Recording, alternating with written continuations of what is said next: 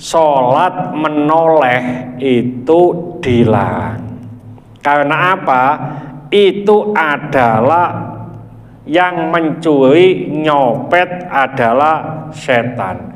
Kenapa ini dikatakan copet, Pak? Orang yang dicopet itu kan nggak sadar, ya. Jadi ada HP, dilepono sak, dilepono tas, diambil secara sembunyi-sembunyi, itu kan nyopet, ya. Kita nggak sadar kalau itu diambil, Pak. Demikian pula kalau kita sholat terus noleh, itu adalah setan yang mencopet, ya. Kita nggak sadar digoda setan semacam itu. Tapi kata Rasulullah, umpamanya ndak iso nggak noleh, ya untuk sholat sunnah wae.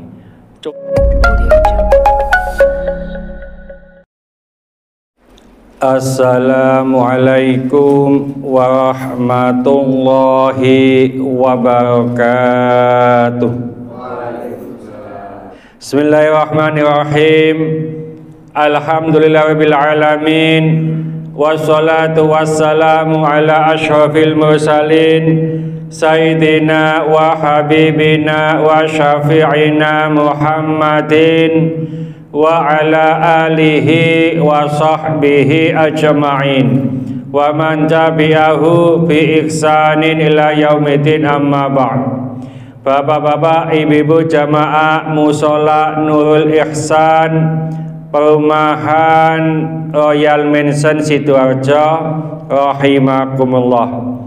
Kita lanjutkan kajian kita di kitab Bulughul Maram dan kitab Uqudul Jain. Kita baca satu aja ya, hadis dari Bulughul Maram. Bismillahirrahmanirrahim. Wa an Aisyata radhiyallahu anha qalat, dari Sayyidatina Aisyah, mudah-mudahan Allah meridhoinya, ia berkata, sa'altu Rasulullah sallallahu alaihi wasallam, aku bertanya kepada Rasulullah sallallahu alaihi wasallam, anil iltifati, tentang menoleh, fi sholati, di dalam sholat. Faqala, maka Rasulullah bersabda, waqtalasun, itu adalah copetan atau mencuri, yahtalisu syaitanu, yang dicuri oleh setan, min sholatil abdi, dari sholat seorang hamba. Rawahul Bukhari. Wali Tirmidzi wa sahhahahu, dan menurut Tirmidzi dan disahihkannya, iyyaki wal iltifata, jauhilah, hindarilah menoleh fi sholati, dalam sholat. Fa innahu halakatun, karena sesungguhnya itu merusak. Fa in kana la budda, maka jika ia tidak mungkin tidak menoleh, fa fit tatawwu'i, maka menolehlah di sholat sunnah. Nah, jadi sholat menoleh itu dilarang. Karena apa? Itu adalah yang mencuri, nyopet adalah setan.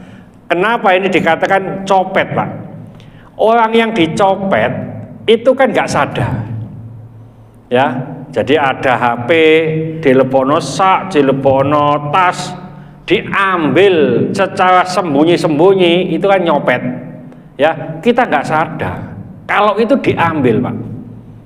Demikian pula kalau kita sholat terus noleh, itu adalah setan yang mencopet, ya. Kita nggak sadar digoda setan semacam itu.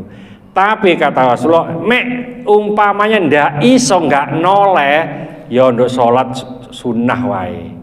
Contoh umpamane, ndokono sopo sih nangis wae, ya sholat. Nah, terpaksa nangis terus delok sopo iki.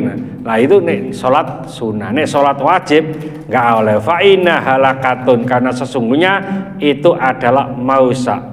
Bisa-bisa nanti membatalkan sholat, bisa-bisa, ya, karena banyak menoleh.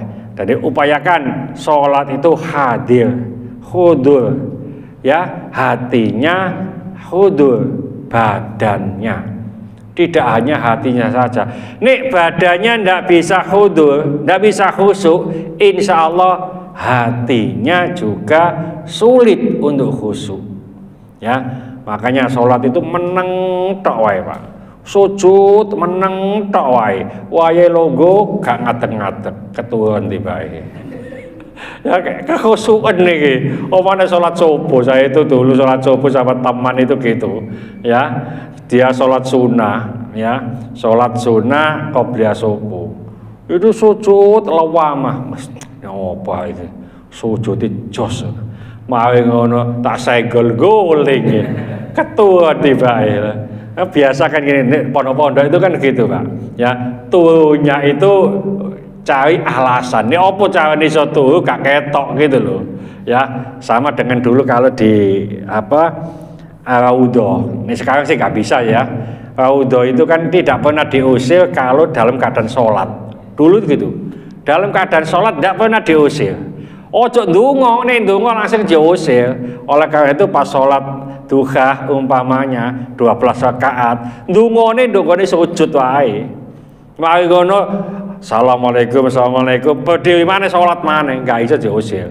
Nah kalau sekarang beda aturannya, ya nggak bisa. Jam-jaman sudah. Itu Pak, itu aja pakai aplikasi ya. Saya dulu waktu sebelum 2014 lah, karena 2018 itu masih bisa. 2018 itu tanpa aplikasi, cuma dibatasi waktu itu. Kalau 2014 itu enggak, tiap waktu itu bisa di auto. Kalau sekarang sudah enggak bisa, sekali aja udah cukup itu, ya. Jadi mudah-mudahan yang datang ini diberi Allah kemampuan untuk sholat di auto. Amin, ya. Itu ya tadi. Semua peran Allah. Nah kita mintanya kepada Allah gitu loh, ya. Jadi mudah-mudahan Allah memberi kemampuan kepada kita. Mudah-mudahan sedikit ini dibarengi hidayah oleh Allah Subhanahu wa taala. Mudah-mudahan segala hajat kita dikabulkan Allah, segala kesulitan kita dibantu oleh Allah. Mudah-mudahan anak-anak kita menjadi anak yang soleh soleha, taat kepada Allah, patuh dan nurut kepada kedua orang tua. Dalam kasih keturunan, mudah-mudahan Allah keturunan soleh soleha. Mudah-mudahan kasih jodoh yang soleh soleha. Mudah-mudahan di antara kita, keluarga kita, handitolan kita, tetangga kita yang saat ini dan sakit baik di rumah sakit maupun di kediaman, mudah-mudahan Allah cepat mengangkat penyakitnya, menyembuhkan penyakitnya, dan mudah-mudahan Allah memberikan kesabaran dengan yang sakit, dan dengan kesabaran ini mudah-mudahan Allah mengangkat seluruh dosa-dosanya, dan mudah-mudahan Allah mengampuni dosa-dosanya orang yang mendolimi kita. Al-Fatihah. Bismillahirrahmanirrahim. Wal asri innal insana lafi khusrin illa alladziina amanu wa amilus solihati wa tawassaw bil haqqi wa tawassaw bis sabr.